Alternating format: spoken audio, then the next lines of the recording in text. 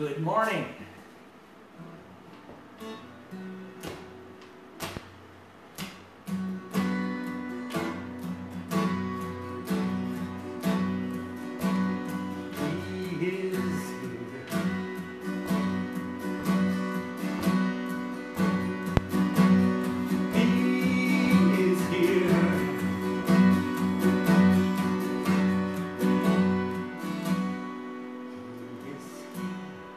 He is here.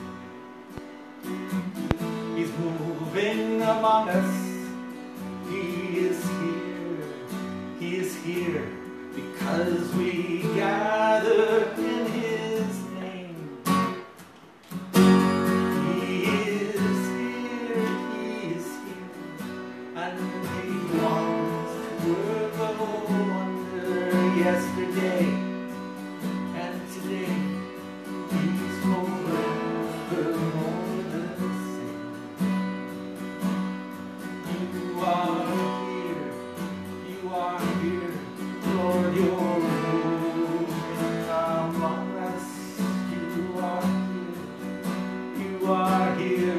Because we gather in your name.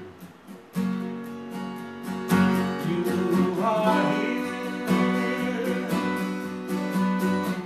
You want to work a wonder yesterday and today. You're forevermore the same. Yesterday, still today, you're forevermore the same.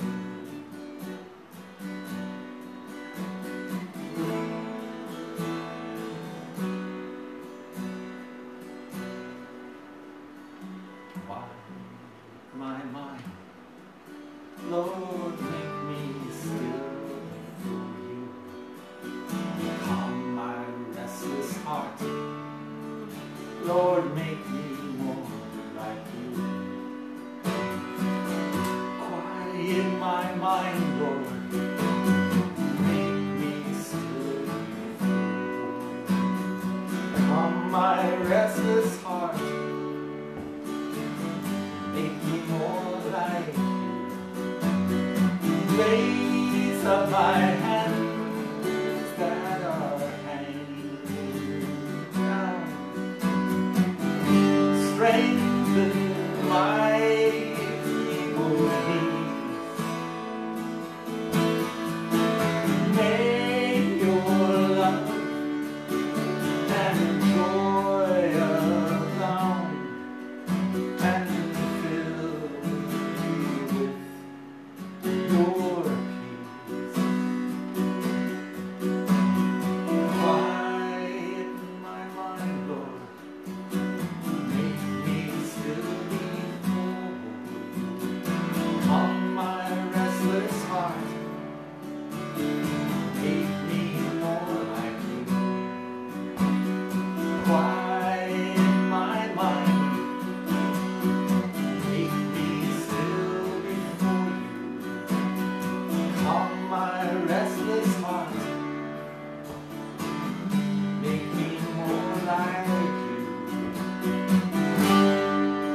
Of my hands that are hanging down,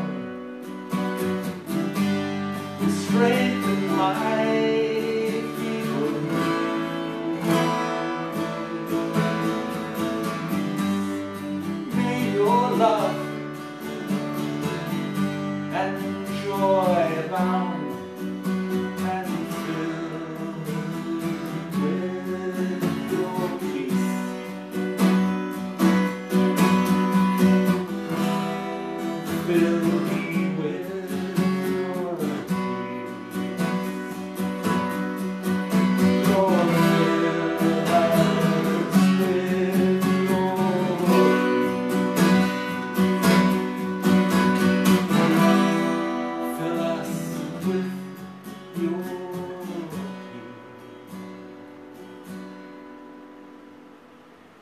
Lord, your peace,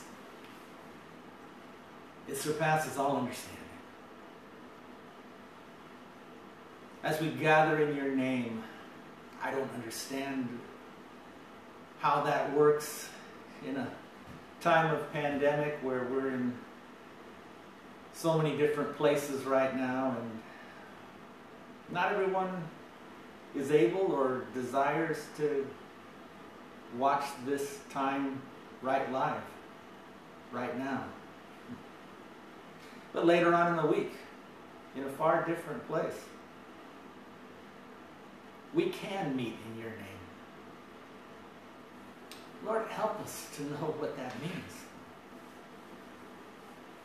Help us to grow through this pandemic, not just to get through it, but to grow through it. There's so many lessons that we can learn if we're willing to get well. There's so many sicknesses that we weren't even aware of that have been at work within the human body. And I pray, Lord, that the body of man would become more like the body of Christ. I pray, Lord, that your spirit, your health would flow more freely between us and within us. Fill us, Lord, with your peace. And help us know, Lord, that we're not alone. We're none of us. We're not alone.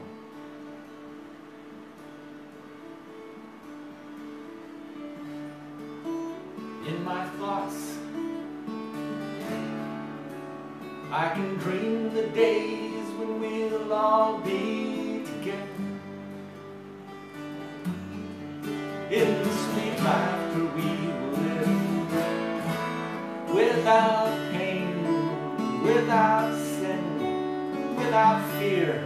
A time will come again for breathing,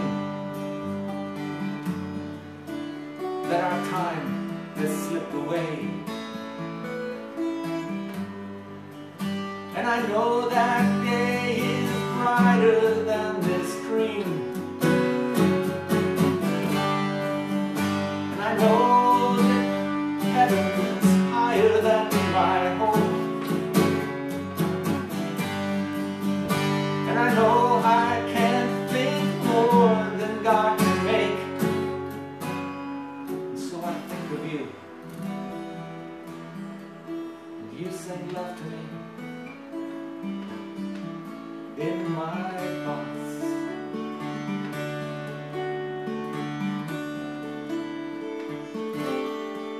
you said love to me.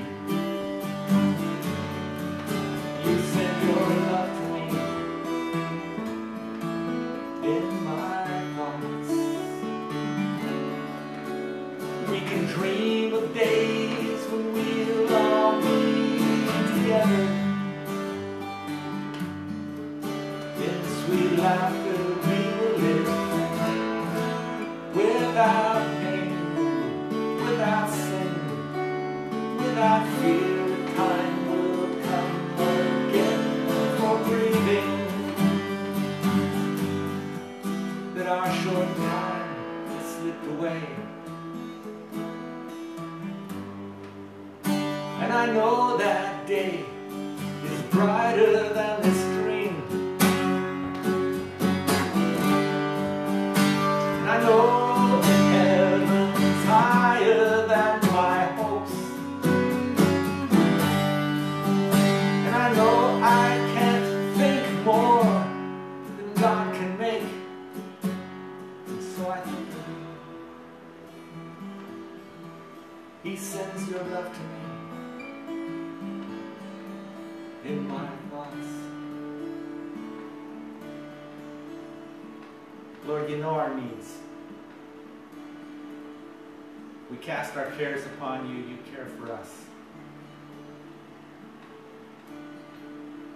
Help us not to be afraid of giving up, giving in.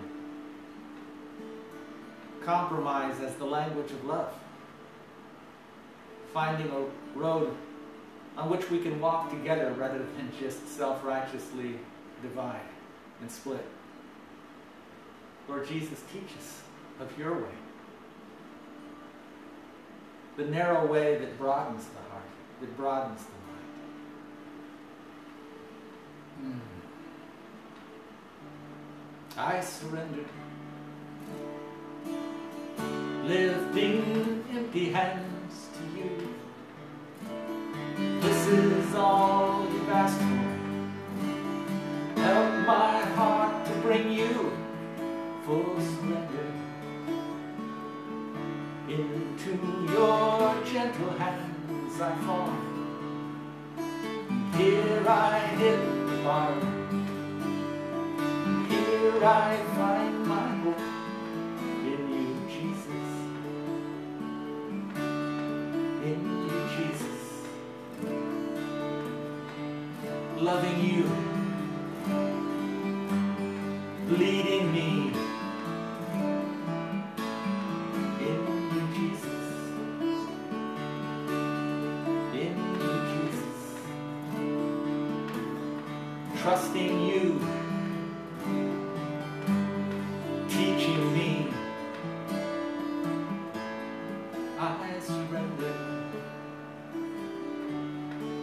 Lifting empty hands to you. This is all you've asked for.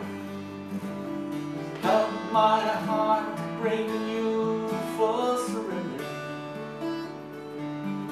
Into your nail-pierced hands I fall. And here I find my meaning. Here I rise again in you, Jesus. In you, Jesus. Trusting you, guarding me. In you, Jesus. We're with you, Jesus. Teaching us, leading us. We surrender. Lord, help us to do that, to surrender to you. And in some ways to surrender in love to one another. Not giving up the good fight, but learning to experience the good peace. Lord, there is a time to let it go.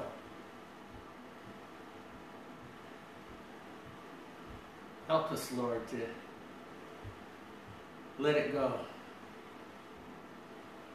In terms of our trust for you to take care of our financial needs, to take care of our family needs, our health needs, our national needs.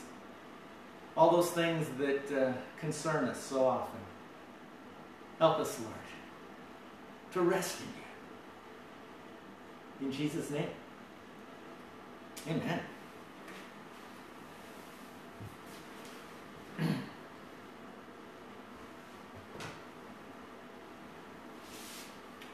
Gospel according to John chapter 8 is where we're studying right now. And I'm blessed once again to be alive. And to be here with you. Here in John 8, it took place in the temple. Jesus was teaching in the temple. It began with a woman drug into his presence who... She didn't want to be there. Maybe she learned the most. I don't know. She didn't want to go to church that day. She didn't want to go to the temple. She was drugged there, and you know the story. Jesus said, let the one without sin cast the first stone. And for a while, some folks left, but they came back, and Jesus began to teach them. And today, I want to talk about the national trigger. The thing that sometimes it's a hair trigger, you just touch that thing and boom, something explodes, and someone reacts. We have those, you know what I'm talking about. It can be a personal trigger, it can be a religious trigger, a national trigger, it can be in an individual, it can be in a group, but it's something that man, you touch on that and watch out. And that clearly happens here in the Gospel according to 8, and I don't know who learned what then, but we can learn a lot now as we look at what's happening. You know, Jesus, clearly we've seen since John chapter 1, verse 1, the Word God, who is love, became flesh and dwelt among us. And he always came in each of his chapters bringing something that lasts. Not just a momentary fix, but something that's forever. He came to bring lasting food, lasting water, lasting life, lasting healing, lasting light. Something that goes on. And not just for a while, but forever. And yet people resist it. It's crazy. We are crazy. It's our nature, but God knows that. He knows how to work with us. We've got to learn to work with ourselves and work with one another. But people resisted. And yet here we see in chapter 8, verse 30, that as he spoke these things, many did come to believe in him. And that sounds really hopeful. Lots of new believers and many people believing in him and believing in Jesus. That's cool. And Jesus therefore was saying to those Jews who had believed him, if you abide in my word, if you stay in my word, then you are truly disciples of mine, and you shall know the truth, and the truth shall make you free. You know, if you abide in my word, then what you have right now isn't just for a moment, it'll go on. And it's not just for a feel-good release for the day. You shall be free. I mean, talk about hopeful, more hopeful words, but then with what comes next is where the amazing thing, like what is up with this? They answered him. They answered all of that hopefulness with this. They said, we are Abraham's offspring, and we have never yet been enslaved to anybody. How dare you say? How can you say, how dare you say that you shall become free? He said something that triggered something that may not seem like it right now. You know, if we had the audio version, I think there would be loud voices when they say this. I think that it is a how dare you sort of thing. And it may not sound like it because we can't hear it, but when you get a little farther, say to verse 48, when they say, don't we say rightly that you're a Samaritan and have a demon? Now you get the idea, yeah, people are getting riled, and we can't look at all of it right now. I'm not going to look at all of it right now. You can read it on your own. But this thing builds until finally the last verse of the chapter says, therefore they picked up stones to throw at Jesus. But Jesus hid himself and he went out of the temple. So the one who begins talking about the woman caught in sin, and you know that story. Now they're these believers, these believers. And don't get fixated on the fact these are Jewish believers, and some people have justified their anti-Semitism and their abuse of the Jews based upon a misreading of things like this. The problem wasn't that they were Jews. The problem was that their identity was overly tied to the fact that they were Jews, and really the good news was that they were believers. Doesn't matter what your background is, good or bad. The wonderful thing is when you can no longer be so tightly wound in regard to your background, and you can look to a foreground, a future with Christ, believing him, walking in the light, a bright future. But clearly, in this one verse that we're going to look at here today and think about, something is triggered. Something happens that sets off the sparks, that ends in the last verse where if he hadn't hid himself, these believers would have thrown stones at Jesus himself. So, God help us to learn something. You know, Jesus makes it clear that what he has for us isn't for a religious moment or a religious movement. It's forever. And the way in which light, because this is the chapter where he says, I'm the light of the world, the way in which you can make light last is by moving with it. Because the fact of the matter is that the light moves. The light of this world, certainly the sun, we see it every day. And if you move with the light, you stay in the light. And Jesus himself said, I'm the light of the world. And again, if you move with him, then you stay in the light. But if you just stand your ground, if you just hold your ground, if you just hold your place based upon principles, then you'll find that the light moves on, you stand your ground, and you'll end up in the dark, and you'll be the last one to know it. But you're in the dark not because you weren't once in the light. You were in the light, but the light moved on, and you stood your ground, and you held your principles, and that place is now darkened because the light has moved on. And it's not like, oh, the light turned into darkness. That never happens. Jesus never changes. The light is always light. It's just that everything physical in this world, the planet we live on, is a parable. It's a picture. To tell you that all the things that we can see, all the physical things, and all of the things that we build out of the things that we see, the cultures and civilizations and nations and all these things that are all passing, they're just that, they're passing. And if you hold your ground in one place, that it may have been wonderful ground, it may have been holy ground, it may have been high ground at one time. If you just hold your ground when the light moves on, you eventually end up in the dark because you didn't go with the light. You didn't move with the light. And that's what we've been seeing. That's what Jesus has been saying. And you know, here on this planet, if you hold your ground and the light moves on, well, you can just wait for another 12 hours or so, and the light comes back up, and it's okay, you know. But that's just the course of a day on the planet. In the course of your life and my life, certainly in the course of history, when the light moves on, it's not to be expected that the good old days ever come back. You can remember and you can look to the future, the brighter days ahead, based upon the bright days of the past, but the light moves on. Isn't that easy? Isn't that simple to see? Hard to remember, though, especially when we have some sacred ground, some traditional ground, some place that we consider to be a holy place. And then, man, again, it's human nature. I'm not budging on that. You touch my sacred cow and...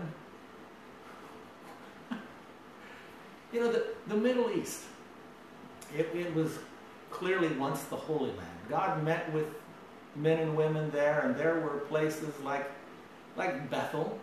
Bethel means the house of God. Jacob named it the house of God, but it was just a place in the desert, some place where the softest thing you could find for a pillow was a rock. But God met Jacob there, and it was the house of God at that time for a while. But the Middle East is no longer the Holy Land.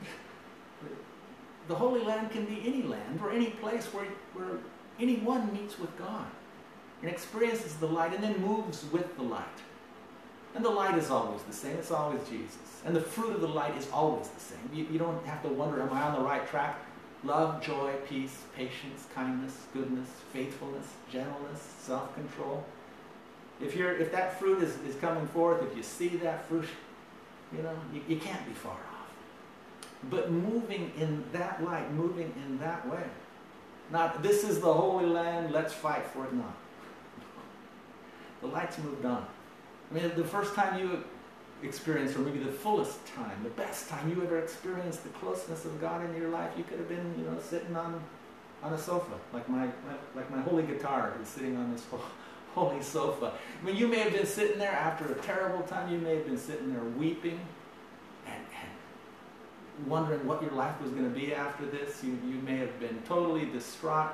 You may have been totally ashamed. You may have been asking God for help or asking God for forgiveness. And you just felt this light. And He lightened your heart. And you had a hope. And for you, this is Bethel. This is the house of God. This is the holy sofa.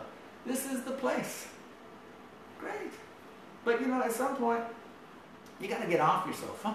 You got to get up and move on and walk in the light of what you experienced in that place. Maybe someday you even got to sell your sofa. And don't ask for more money for it because it's the holy sofa.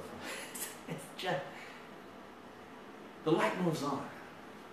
But those who hold that holy ground, hold that place, hold that position, if you merely stand your ground, you're going to find at one point you're going to be in the dark.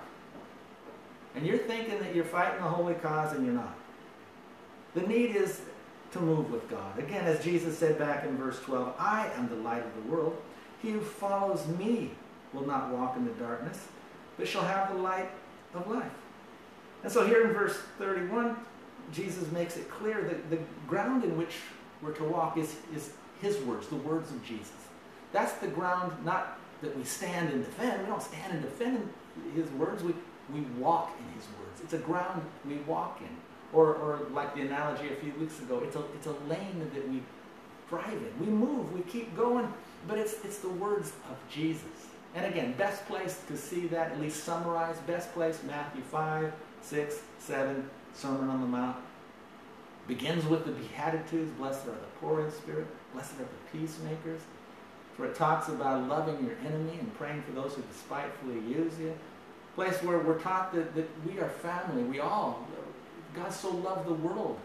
We all can look up and say, Father, feed us, forgive us, deliver us, with the understanding that what you pray for, you ought to work on and work with.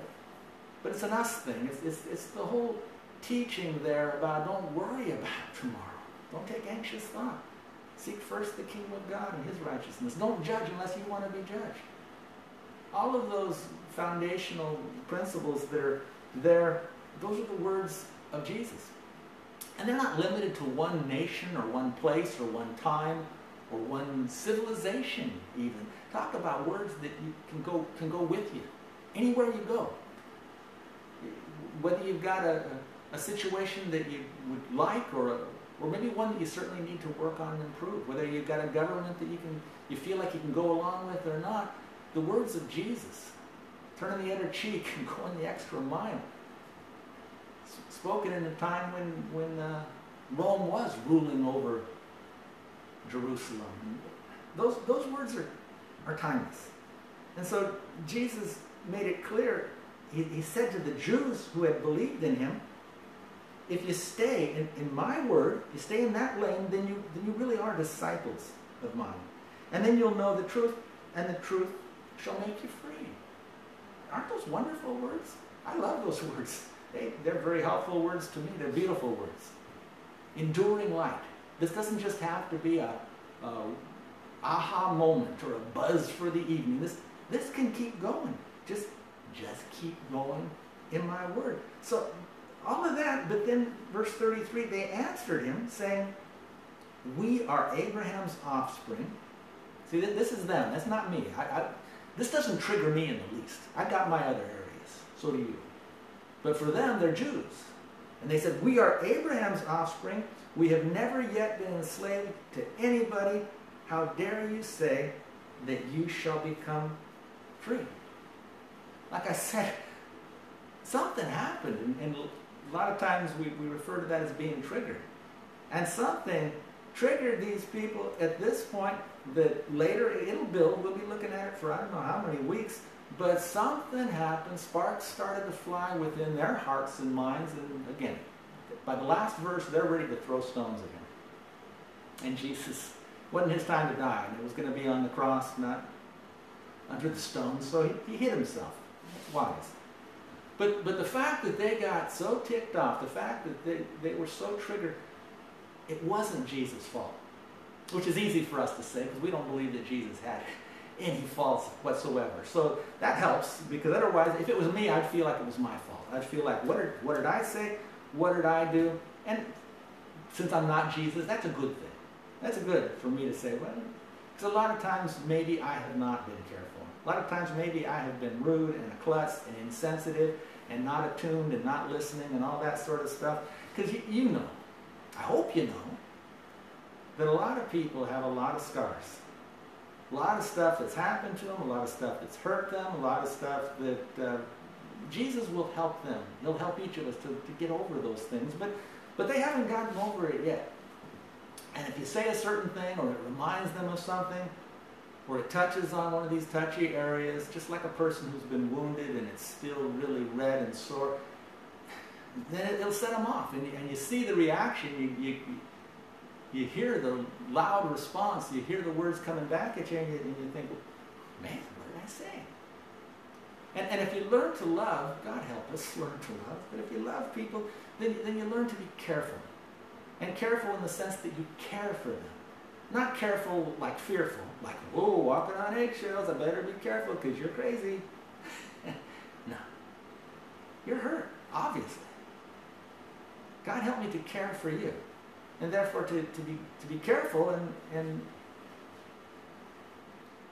You know, but sometimes there's no avoiding. Sometimes people, it's so wrong. If they got a problem with Christians, and you're a Christian, if that's what you come with your T-shirt and it's the first thing you say, I'm a Christian, you may not have. It might be almost anything you say is going to set them off because that's where they've been hurt. If you're a man and they've been hurt by men, then, you know, if you're a white man, a gray-haired white man, who knows what their experience is, okay? So sometimes it's just because you're you, there's no avoiding it. And sometimes people have built up their own problems, hearing their own stories for so long. Sometimes the only way to not trigger them is to lie to them, and you can't do that. That's not good. And if you're not going to lie to them, then you just have to avoid them altogether because, man, I'm going to set you off. But Jesus can't lie to anybody. You know, the problem wasn't what Jesus said. The problem is inside of them, just like with each of us. The problem's inside of us. But Jesus isn't going to lie to us to make us feel better and to keep us from getting stumbled or triggered or whatever. He's not going to lie. And as far as avoiding, he did a lot of that. Later on, he avoids the rocks, at least. He knows that let him who has ears to hear. Otherwise, you know what? To even try and say those things is going to set you off. Jesus is wise, and more importantly, Jesus is kind. But in this case, these people wanted more. You're not going to lie to them, but they wanted more. These were Jewish people who believed in him. And they stayed there in that setting, stayed in the temple, wanted to hear more. And so when he starts to tell them more, something wonderful. When he starts to say to them that if you stay in my word, then you're really disciples and you'll know the truth and the truth shall make you free. When he tells them something that's so wonderful, they react. And they react with this, we are Abraham's offspring. You know, that was their number one identity point. That was the part that was offended. Now, of course, he was Abraham's offspring as well, at least by birth, and certainly by connection. But in terms of identity, Jesus was always, I'm the son of the Father. I'm the son of man, but I belong to the Father. His sense of identity was in humanity as his brotherhood. I'm the son of man, and in God, our Father, as his Father. But these folks were on this thing that we are Abraham's offspring, and we've never been enslaved to anyone. How dare you say that we will become free? How dare you say, are you implying that we're enslaved? No. The thing that's offended, like I said at the beginning, is their pride. It's their national pride, their religious pride, family pride. We're Abraham's offspring. You know, they forget that Abraham had other kids besides the Jews, but nonetheless, that's what pride does. It narrows in on something that maybe you could and should be proud about. But when you put your identity all there, then you can get yourself in a place like this. We're Abraham's offspring, and how dare you say that about us? And that whole thing of national pride, religious pride, even family pride, as much as it might be good, maybe you got a great family. Maybe you're from the Hatfields or the McCoys or whatever. Maybe you're from a great nation. If you're from the United States, I think it's a great nation in many ways. And if you're from somewhere else, as I know that some of the viewers are from elsewhere, your nation may be great as well. And your family may be great. Why not? Be proud. Wherever you can, find the good. But when you make that your identity, and in an irrational sense, seem to think that you're a cut above other nations and other families and other people, now we got pride, and now we got a problem. And you know, last week at the end, I talked really, my subject wasn't that thing that happened at the U.S. Capitol, but I mentioned it a little bit at the end, and I don't know, I never know what people hear, but I know a lot of folks are still rattled and frightened, and I think everyone will agree that at least the U.S., and most all of us are from the U.S., U.S., polarized. right? Even within your family. And even after that whole thing happened at the U.S. Capitol, is it suddenly less polarized? I don't know. I don't think, I'm not afraid that we're on the brink of another civil war. But I'll tell you, it's about as close as I would ever want to get. You know, may not be on the verge of divorce, but sometimes just say, I think it's about as close as I ever want to get. Something's got to change. Something's got to give. What can I give? How can I give? Where can we meet? And I think a lot of what is happening here in the U.S. with us in the U.S., I think that, you know, it's maybe hard to talk with people about that, but that's what this lesson is for us. Because it's easy to see it in somebody else. Always easier to see in the mirror. See it among the Jews, because we're not first century Jews who would take offense like these people take offense, but they're our brothers. It's a mirror. It's a picture of us. So here are these Jews in this situation. Again, these are the Jews that believed in him, and they who take their identity there find it offensive that Jesus talks about the fact that they've been enslaved. And we're enslaved. Well, we'll make you free. How dare you say that? They're offended. Now, if he were addressing those who have a strong American identity, who feel that, you know, their Americanism is right up there with their Christianity, I think you'll find the same thing. Back then, different culture, different times, more brutal in many ways. I don't think anyone's going to throw stones at you or crucify you anymore. Pretty amazing that people are cutting people's heads off, at least in the Muslim world. Well, that's happening in Europe under the name of Allah, but talk about barbaric and going back. But you know, I guess people could, well, I don't know. Throwing stones, crucifying. In this country, we tar and feather. Well, not anymore. I've actually heard people talking about it. Boiling oil placed on someone's skin and put feathers? Funny?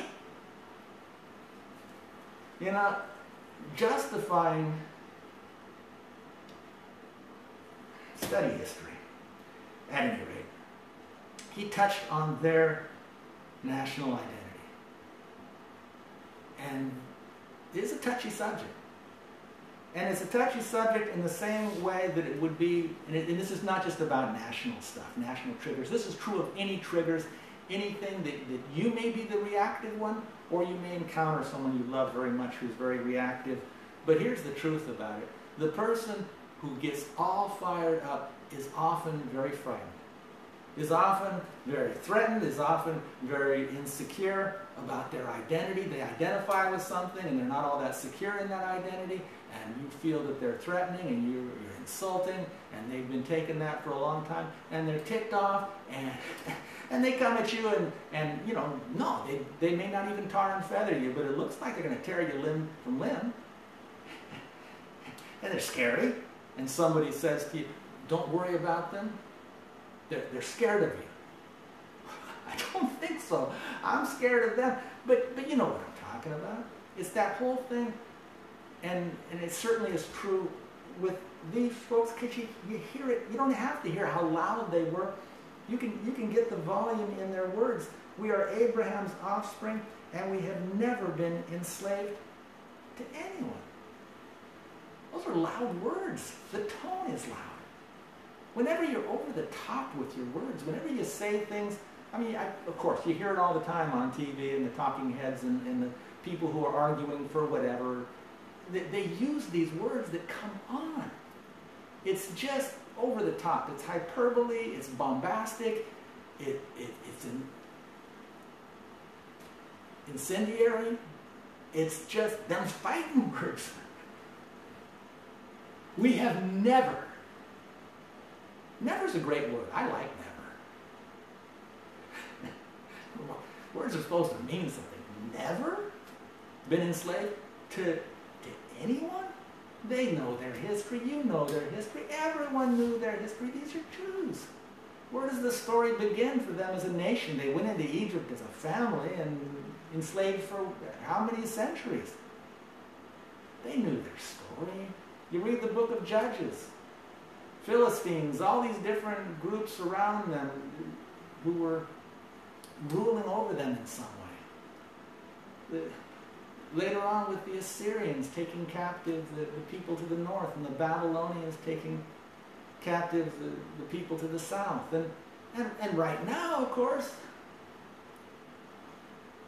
one of the reasons they couldn't stone, and was a bluff, they never were going to stone that woman there that they drugged before Jesus. They couldn't stone because they would have gotten in trouble from the Roman authorities because they didn't even have the right to execute anymore. They had the rage to execute, they had the anger to do it, but they didn't have the right. Why? Because they were, well, not enslaved, but you know what? I think they felt enslaved. We don't have the freedom anymore. We got Rome. We got the central government, this Republic of Rome that rules over us, the Caesar that acts like he's God or something, and they felt ashamed of that, and they felt frightened by that, but then they come out with these words that, you know, loudly proclaim with great pride, we are free, we've always been freed, we've never been enslaved, no one. You loudly proclaim what you, in fact, greatly regret. You're ashamed, you're humiliated, and so you come out with this nonsense. And all this anger and angst is driven by shame and fear. That's nothing new. You folks, that's Psychology 101. It's the way it works. Just remember, you can see it here. It's still happening now. It says that these are the Jews. Jesus, therefore, was saying to these Jews who had believed in him.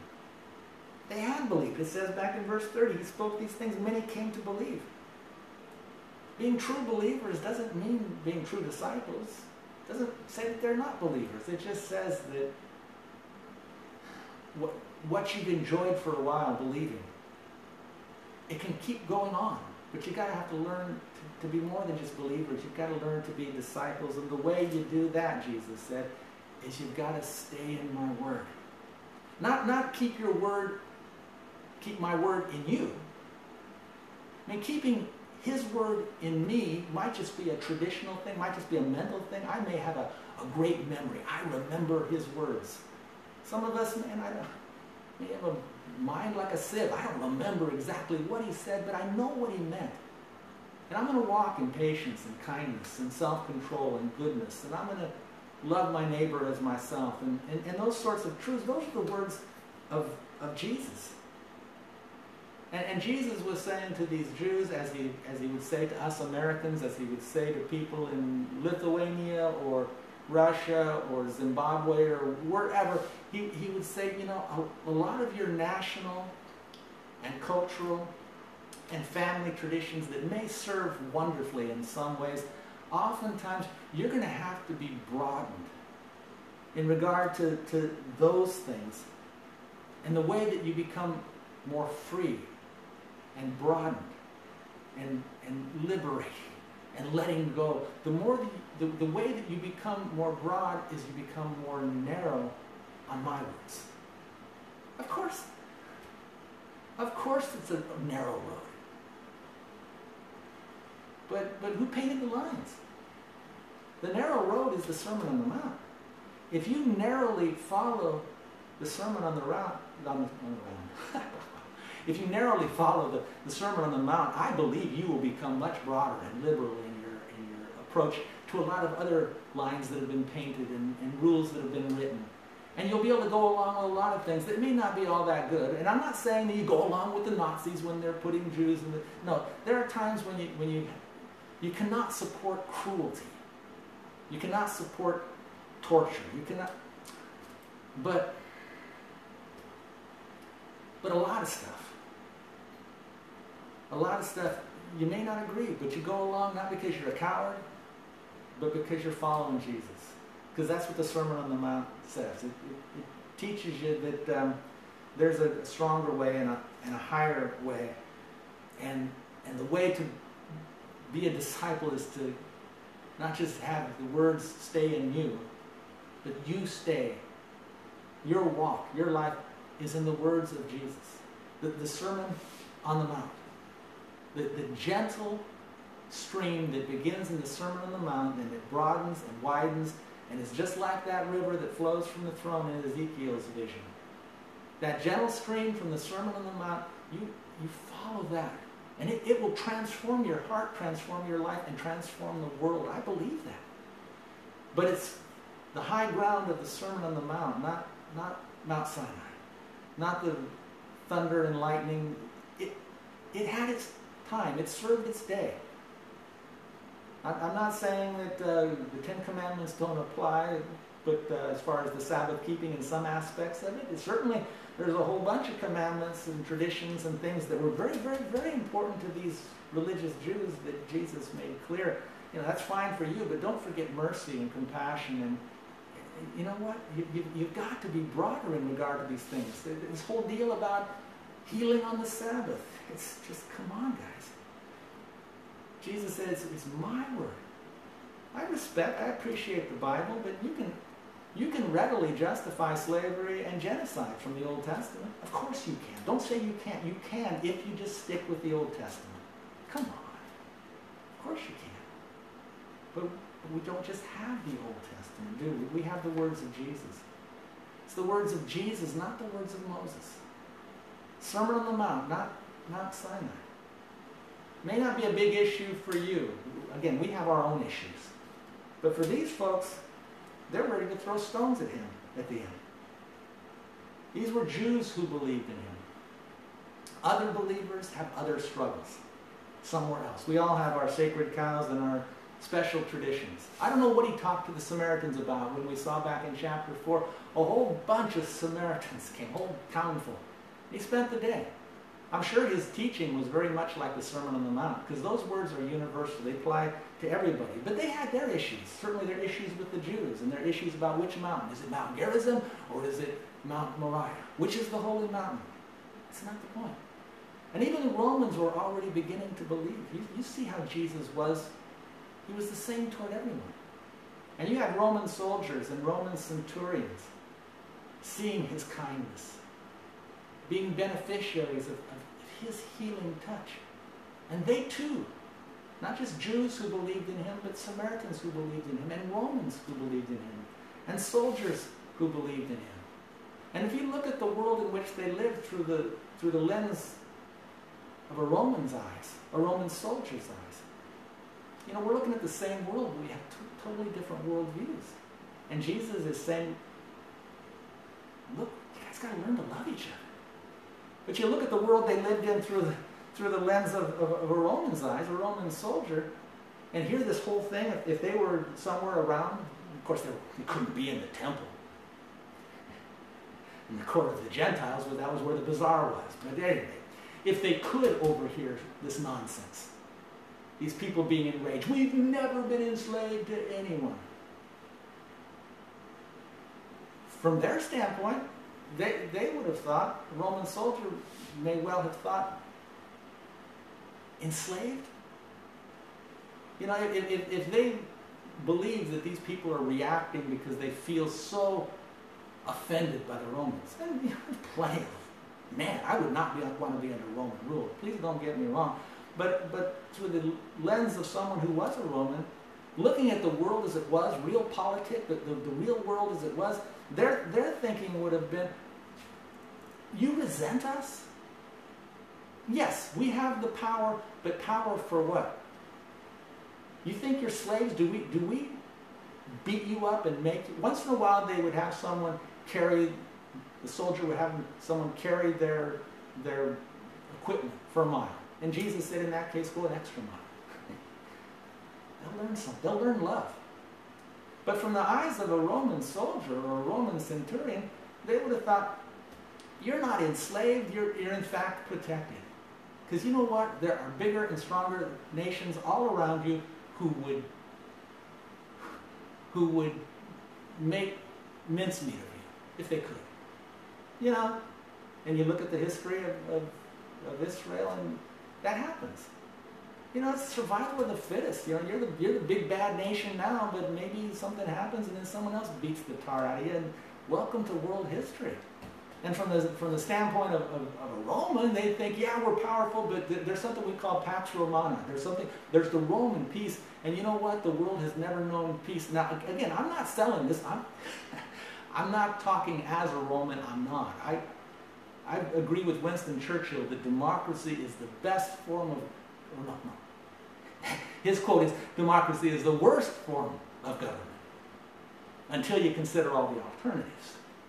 But, you know, and even the democracy of Greek days where it began, most of the people were slaves. But I digress. At any rate, from the lens, through the eyes of a Roman soldier, hearing this kind of stuff, hearing this stuff in the marketplace, if that's where it was heard, they'd say, oh, you Jews are so resentful. We protect you. We have brought you into our commonwealth. You like our roads. You like our milestones. You like our aqueducts. You like our things that we set up, our cultural things. You certainly love our currency. You love our coins. It makes everything real convenient. You know, we're here protecting you from these other nations. You resent us like crazy. You hate us. You know, in many cases we hate you back. But quit whining. Quit belly aching. You know, that would have been something like that. They probably would have thought. You like our Pax Romana. You like the benefits of being part of the Roman Empire. You like our coins, our roads, our currency, but you don't want to pay 1 cent to support. You don't want to pay your taxes. You don't want to be a part of it. You would throw it off any moment you could, and again, that would have been their viewpoint. And really, that's essentially what Jesus, when people came to Jesus and with that hot button issue, do we pay taxes to Caesar or not? He just said, show me a coin. Someone pulls it out of their own pocket. He says, whose picture is on there? Caesar. Give it back. You're carrying their coins. You benefit from their system. But bigger. Always, come on. Look up. Bigger. You belong to God. You're so much more than that. Life is so much more than that. Life of this world is so much more meaningful than that. God so loves the world. But okay, so back then, you know, nowadays we whine and complain. You know, someone's tweeting at me, someone's trolling me, someone said this on Facebook, someone hashtag this, hashtag that. They're just, they're stoning me, they're crucifying me. No, back then they would have done it. Tar and feather, I think, is just talk. Although, I don't know, beat you over the head with my American flag, that just happened. But anyway, a lot more cruelty back then. But it's the same old craziness right now. So I don't know that anyone learned that day. I don't know. Jesus called people from all different walks to walk with him. In his 12 close guys, there were those who saw things from the side of the Romans, so much so that Levi was a tax gatherer, and others that were revolutionary. But they must have quit making that their focus when they all centered around Jesus and heard the Sermon on the Mount. That's how you learn to walk. So again, verse 30, as he spoke these things, many came to believe. They did. But being a believer doesn't make you a disciple. Doesn't make you safe. You proclaim, I'm saved. Okay. But are you safe? I don't know. Are you healthy? Do you want to be well? Do you want to be? But you know, here's the deal. Jesus said to those Jews who believed, if you just stay in my word, then you're truly going to be disciples of mine. And that's not like, woo, I'm a real disciple. It's not a boast. It's a place of safety. Then you'll know the truth. You don't have to boast in that either. You know the truth. And man, it feels so good to be free. The truth will make you free. So do you want to be well? Do you want to be free? Walk in it. Here's the way to walk in my word, and you stay free. Do you want to be free? They get all offended. We've never been enslaved. Okay.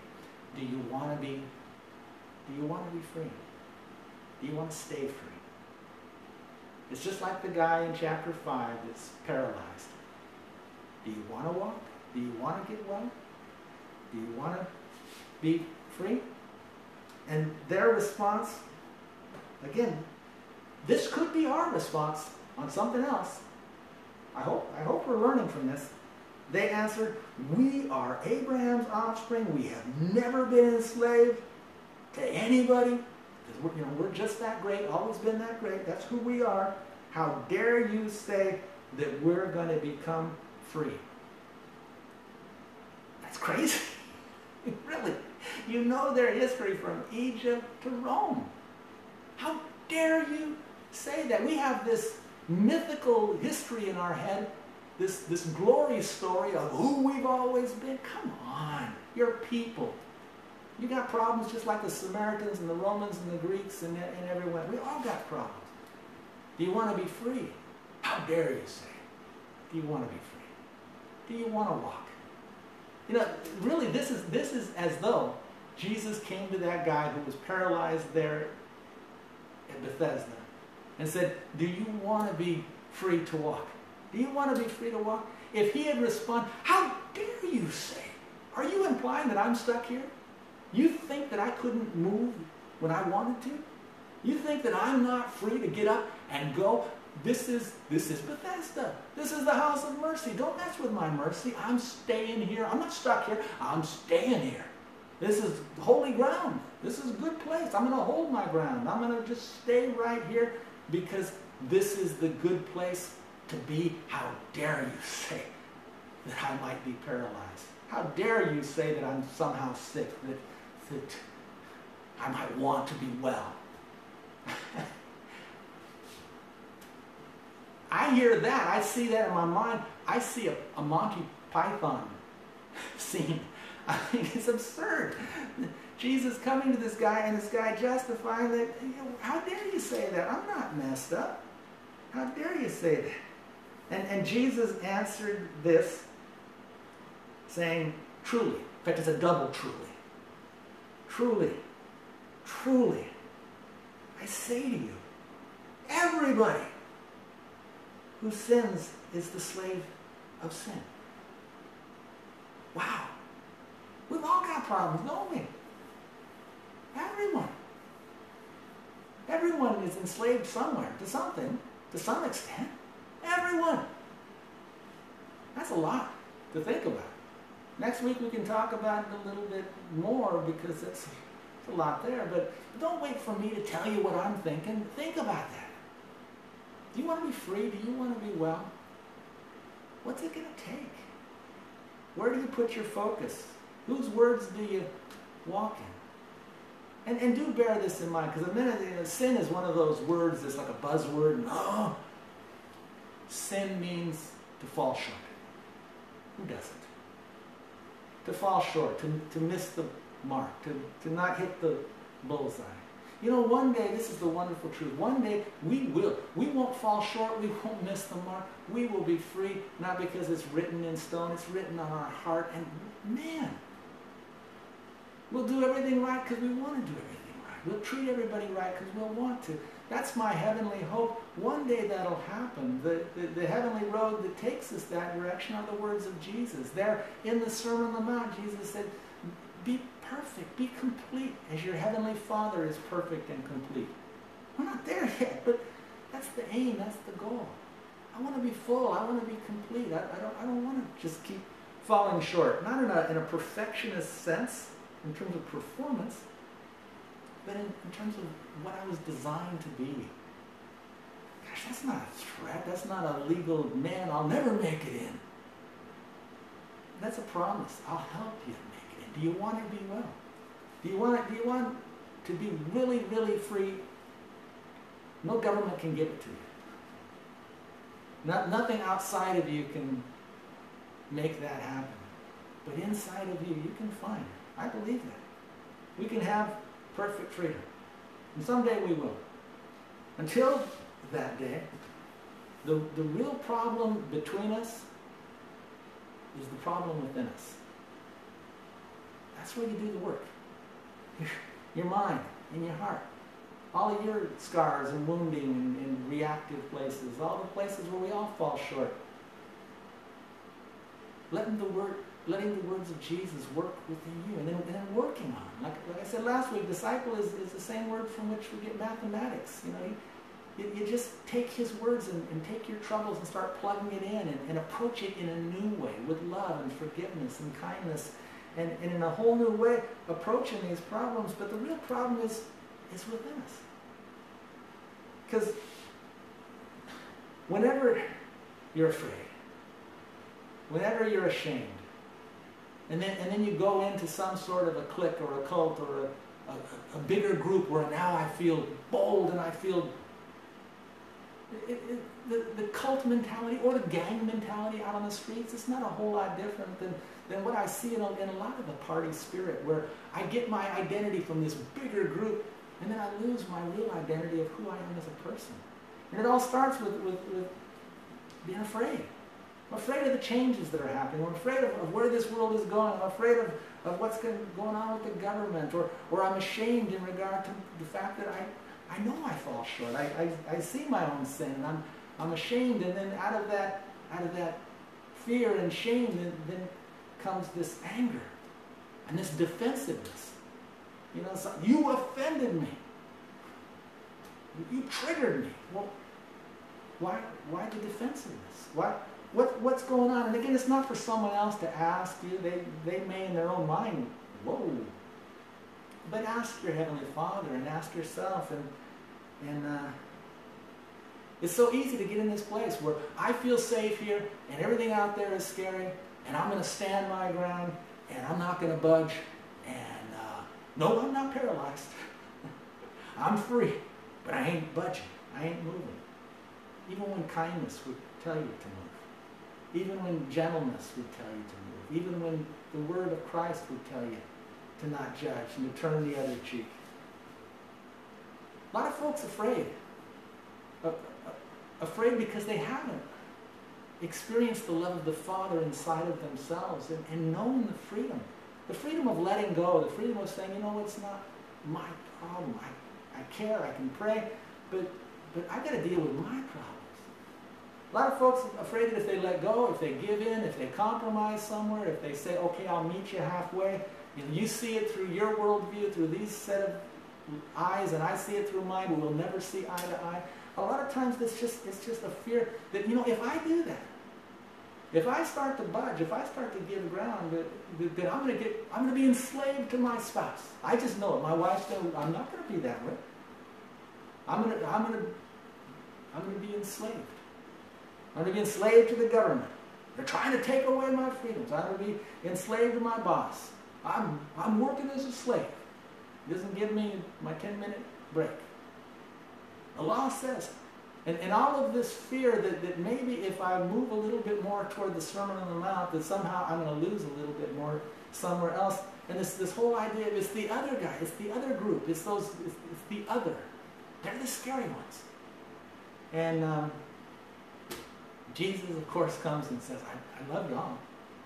Now learn to love the other. It's that fear of being enslaved that says, I am free. Don't you dare tell me I'm not free. It's the fear that maybe I'm already enslaved.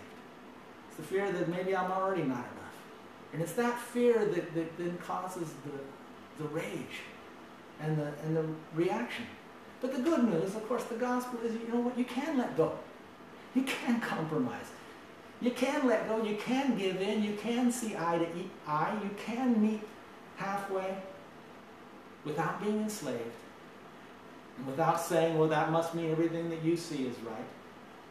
But seeing something higher, you can do all of that, and instead of being enslaved, you actually become liberated. And you become more liberal and free in regard to the way you think and feel. You're not always tied up in a knot. You're not always worried about what next. You're not, it gets you away from these poles. It will. Any two people who believe that they are defending the high moral ground will never give ground. It's the way we're wired. If you believe you are defending the high moral ground, if each person sincerely, honestly believes it. Now, of course, you on your side think that they're a total heathen who has no morals. But no, they have morals just like you have morals. There's just, and each of any two people anywhere who believe that they are defending the high moral ground will never give ground. They don't necessarily send nukes, hopefully, but they'll never give ground. And you know, I don't think they should, as long as they see that. What Jesus, I believe, helps us to see is where the high moral ground is.